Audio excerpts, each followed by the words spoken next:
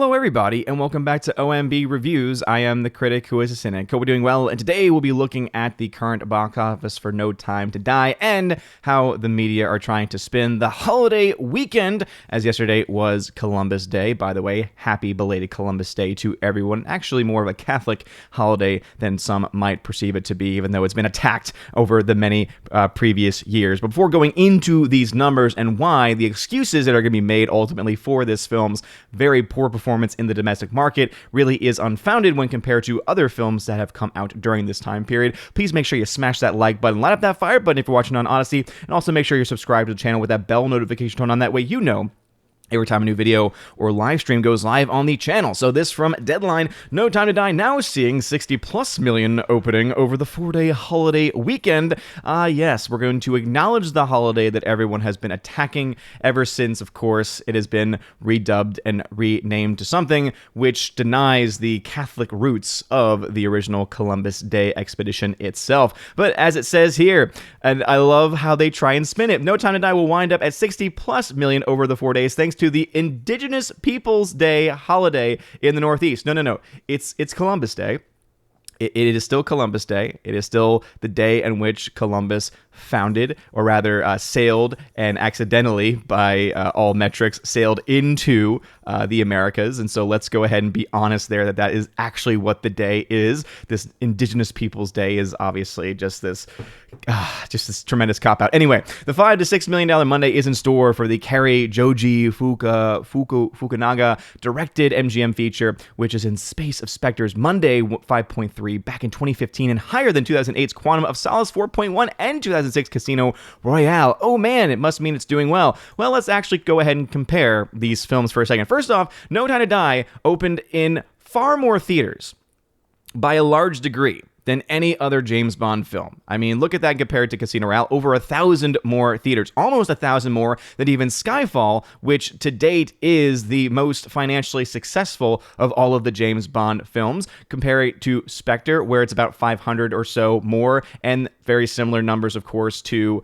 rather about 1,000 more than even Quantum of Solace back in 2008. Now, one thing I really love about this site, thenumbers.com, is that it allows you to adjust these numbers for inflation, and so these numbers have indeed been adjusted. So let's go ahead and look at day and date numbers here. If we look at No Time to Die's $23 million, hey, yeah, did better than Casino Royale, which was the very first film to come out with the Daniel Craig James Bond, which makes a lot of sense as to why that film would not have been as successful. But guess what? Loses to films like Spectre, loses to films like Quantum of Solace, even on that first Sunday number. And yes, they're talking here about the first Monday being better than every single one except for Skyfall. But as you yourself even mentioned, it is a holiday, meaning more people are off, meaning more people have access to different screenings. Also, yesterday, there were earlier screenings than there are at any other time during this week, which is why I was able to actually go see this film at a noon IMAX screening because of the holiday.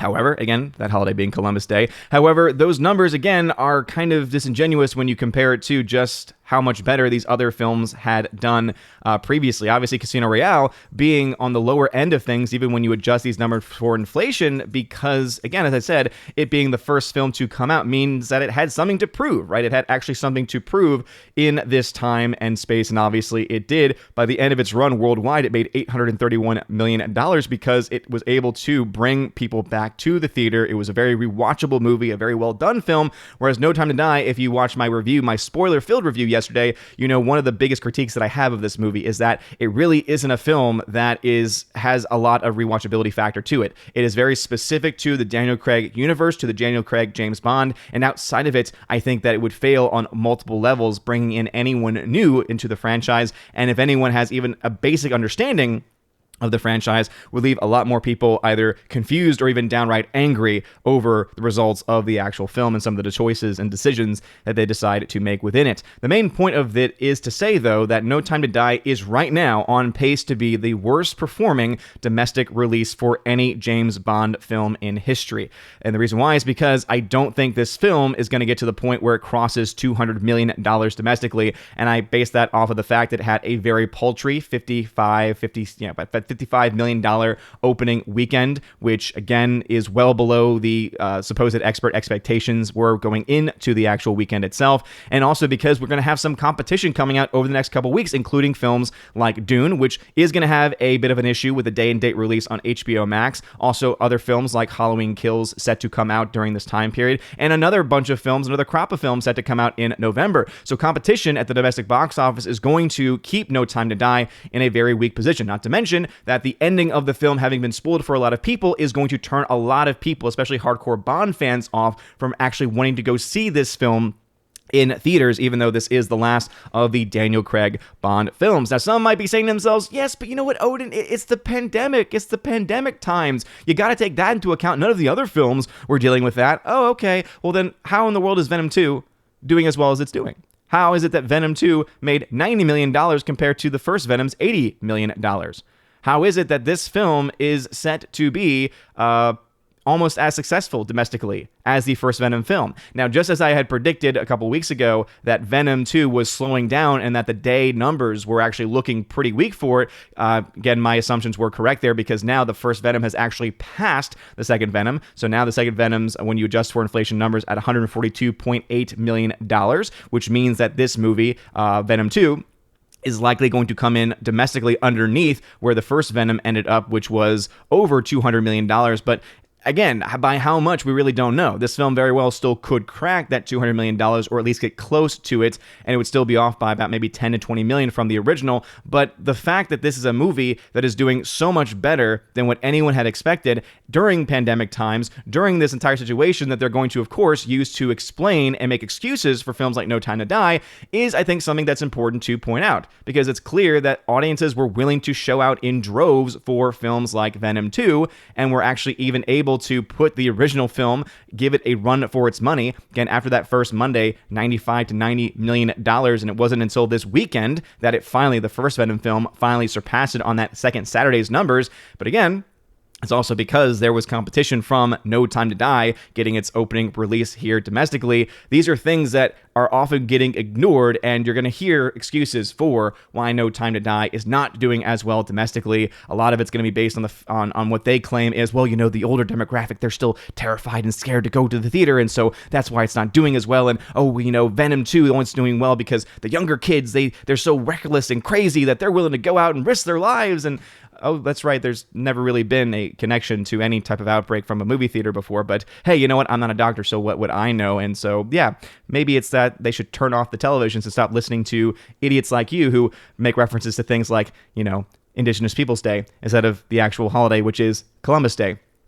Maybe that should be the way that things go from here. But I wanted just to point this out, that No Time to Die is indeed expected to be one of the lowest grossing films as far as the domestic numbers are concerned, only because when you look and compare this to $55 million, the closest to it would be that end result of a film like Casino Royale. But Casino Royale was still able to have some really strong legs and do a lot of overperforming later on down the road, getting it to $234 million domestically, which I just don't think is really in the cards for No Time to Die because of competition and because of some pretty mixed, at least, word of mouth on this specific movie. And I think that's going to have a negative impact. That, on top of competition in a marketplace that we're in right now, is going to leave this film as being one of the worst performing domestic films. I would imagine the worst performing domestic film in the entire history of the Daniel Craig James Bond universe. And internationally, it's going to be kind of a toss-up, because as of right now, it's at $256 million, which is well below where the other films ended up. But this film still has a lot of countries to open in, also has, obviously, second weekends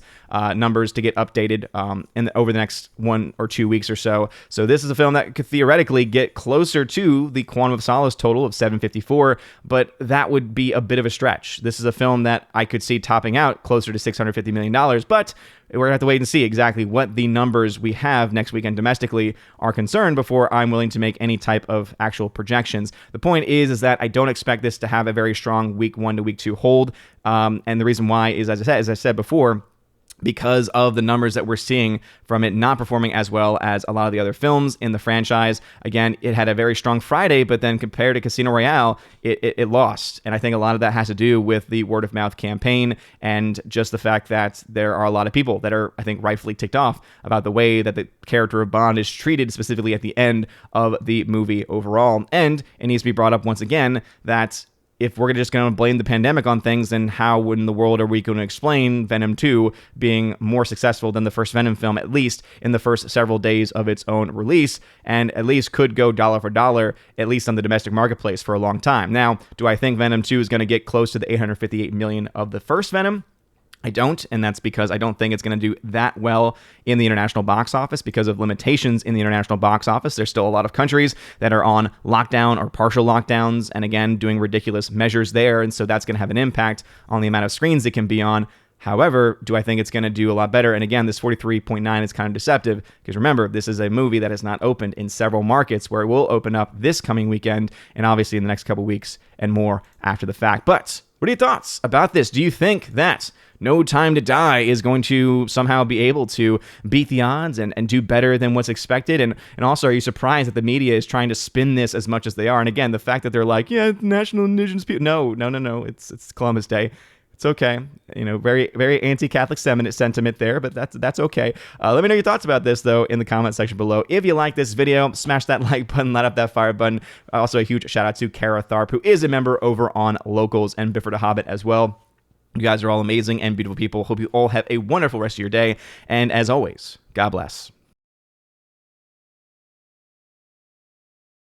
And now for a huge shout out to all of my Patreon, Subscribe Star, and Locals members. Andrew Hoyle, Animation Commentator, Brandon, Brian P., Christopher Bowman, Don Bruno de la Mancha, Father Christopher Miller, hail to you, Father, Father Damian Cook, Garrett Searles, Harold Francis, Inflamed Wood, Jacob Juice, Jeffrey Toone, Joe Horn, Jonathan Carney, Gomer Kyle, 79, Laura, the Modern Major General's Story, Mike Jackson, Dion, Mad Mitch Dunaway, Mondo Spieler, Mr. Peabody, On to June, Orange Hat Reviews, Out of Step with Reality, Priscilla Hall, Rosetta Allen, Stan Andrian, Teresa Martin, Theodore Benden, Tina Bojan, and Tina B., the Empress of the Universe. Thank you for being my Patreon members. And a huge shout out to my Subscribe Star members, The R, Fast Reaction, Nosferatu Gatsu, John B.,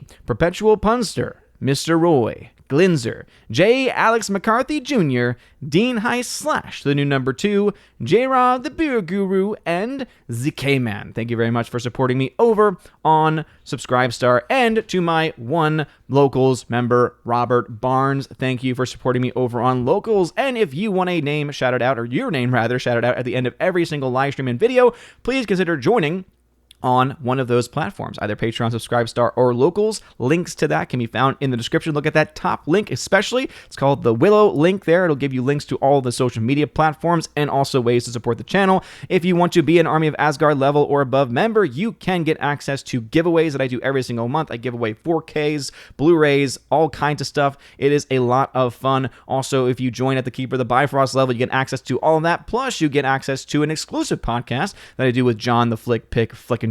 We have a lot of fun. We do that once or twice a month. And if you join at the Chosen of Valhalla level, you get all of that. Plus, in your first month, you get a t-shirt of your choice and send anywhere in the world. And also, you get to be featured on the channel once a month on the Chosen of Valhalla live stream where we get to hang out and have a good time. So anyway, if any of that sounds good, check out that link in the top of the video as I mentioned. You guys are amazing and beautiful people. I hope you have a wonderful rest of your day. And as always, God bless.